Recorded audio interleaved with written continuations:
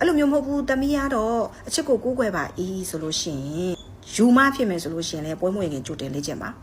နော်ပွဲမွေခင်ကြိုတင်လေ့ကျင့်ပြီးတော့မှစိတ်တက်ကိုခိုင်မအောင်တိဆောက်ခံနိုင်ရရှိအောင်လှုပ်ကိုယ့်ရဲ့စိတ်တက်ကိုတမ်းမအောင်တိဆောက်အကုန်လုံးကိုခံနိုင်ရရှိရလို့ကိုယုံကြည်တယ်ဆိုတဲ့မှာအဲ့အိမ်အောင်ရေးဆိုတဲ့စစ်ပွဲတွေကိုခုံဝင်လိုက်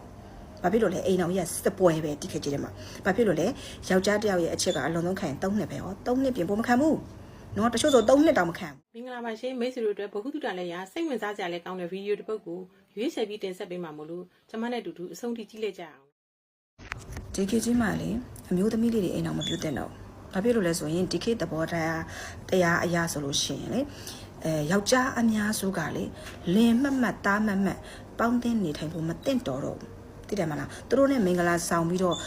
ကိုဘွားအပြက်ခံခလေးတွေမွေးဝန်တော့ဝန်ပိုးတွေထမ်းတောကဒုက္ခတွေခံဖို့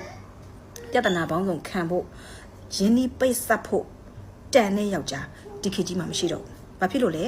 ဒီခေတ်ယောက်ျားဒီခေါင်းထဲမှာဒီခေတ်ယောက်ျားအများစုကအပျော်နဲ့တဏှာနှစ်ခုတည်းကိုပဲတာဂက်ထားလို့เนาะသူတို့ခေါင်းထဲမှာအဲ့နှစ်ခုပဲရှိတယ်အဲ့တော့အဲ့လိုမျိုးမဟုတ်ဘူးတမီးကတော့အချစ်ကိုကိုးကွယ်ပါဤဆိုလို့ရှိရင်เนาะတကယ်ဆိုရင်အချစ်ဖဲလိုတယ်ဆိုလို့ရှိရင်တော့เนาะယူမဖြစ်မယ်ဆိုလို့ရှိရင်လည်းပွဲမွေခင်ကြိုတင်လေ့ကျင့်ပါနော်ပွဲမွေခင်ကြိုတင်လေ့ကျင့်ပြီးတော့မှစိတ်တက်ကိုခိုင်မအောင်တိဆောက်ခံနိုင်ရရှိအောင်လှုပ်ကိုယ့်ရဲ့စိတ်တက်ကိုတမ်းမအောင်တိဆောက်အကုန်လုံးကိုခံနိုင်ရရှိရလို့ကိုယုံကြည်တယ်ဆိုတဲ့မှာအဲ့အိမ်အောင်ရေးဆိုတဲ့စစ်ပွဲတွေကိုခုံဝင်လိုက်ဘာဖြစ်လို့လဲအိမ်အောင်ကြီးကစစ်ပွဲပဲတိခက်ကြီးတယ်မှာဘာဖြစ်လို့လဲယောက်ျားတစ်ယောက်ရဲ့အချစ်ကအလုံးစုံခံရင်3နှစ်ပဲဟော3နှစ်ပြင်ပို့မခံဘူးနော်တချို့ဆို3နှစ်တောင်မခံဘူးနော်အဲ့တော့ယောက်ျားတွေကလည်းသိတယ်မလားအိမ်အောင်တစ်ခုပြုတ်လာပြီဆိုလို့ရှိရင်သူတို့ရဲ့စိတ်ထဲမှာခုနပြောသလိုပဲတဏှာနဲ့အပျော်နှစ်ခုတော့ပဲသူတို့ကအိမ်အောင်ပြုတ်တာဖြစ်တယ်အမျိုးသမီးတွေကျတော့အဲ့လိုမဟုတ်ဘူးအိမ်အောင်ပြုတ်ပြီးဆိုတော့အိမ်အောင်ပြုတ်ပြီးဆိုတာနဲ့ရှိသမျှအရာအလုံးကိုခံစားရတာဖြစ်တဲ့အတွက်ကြောင့်မလို့ယောက်ျားတွေရဲ့တဏှာအပျော်ကိုအမျိုးသမီးတွေအမြဲတမ်းမပေးနိုင်ဘူးမပေးနိုင်တာဖြစ်တဲ့အတွက်ကြောင့်မလို့ယောက်ျားတွေကဘာလုပ်လာလဲကြာလာလို့ရှိရင်အမျိုးသမီးပေါ်မှာ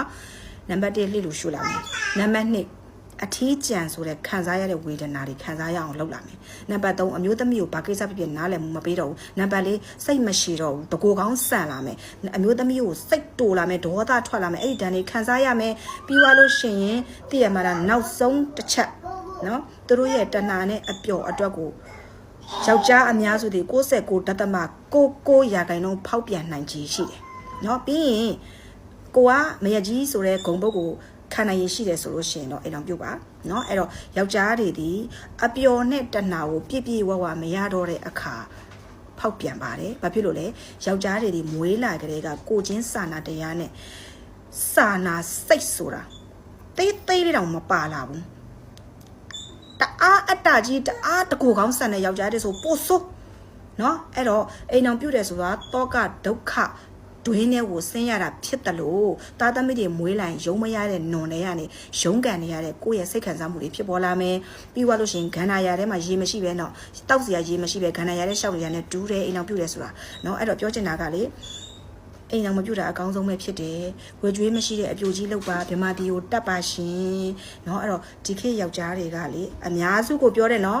ယောက်ျားအကုန်လုံးလို့မဆိုလို့တကြကျမကိုလာဆဲလုံးအားကြီးလို့เนาะအဲ့တော့အမျိုးသမီးလေးတွေအိမ်အောင်မပြုတ်တာအကောင်းဒီလောက်ပါပဲရှင်ဒီဗီဒီယိုနဲ့ပတ်သက်လို့မိတ်ဆွေတွေထင်မြင်ယူဆချက်တွေနဲ့အကြံပြုချက်လေးတွေကို comment မှာရေးခဲ့ပေးလို့ရပါတယ်ခုလိုသူတိုက်တာစုံနေတဲ့ဗီဒီယိုပေါင်းများစွာကိုဆင်ဆက်မပြတ်တင်ဆက်ပေးမှာမို့ကျမတို့ရဲ့ page ကို like and follow လုပ်ထားပေးပါအဆုံးထိကြည့်ပေးတဲ့အတွက်ကျေးဇူးတင်ပါတယ်နော်နောက်ဗီဒီယိုမှာပြန်ဆုံရစေရှင်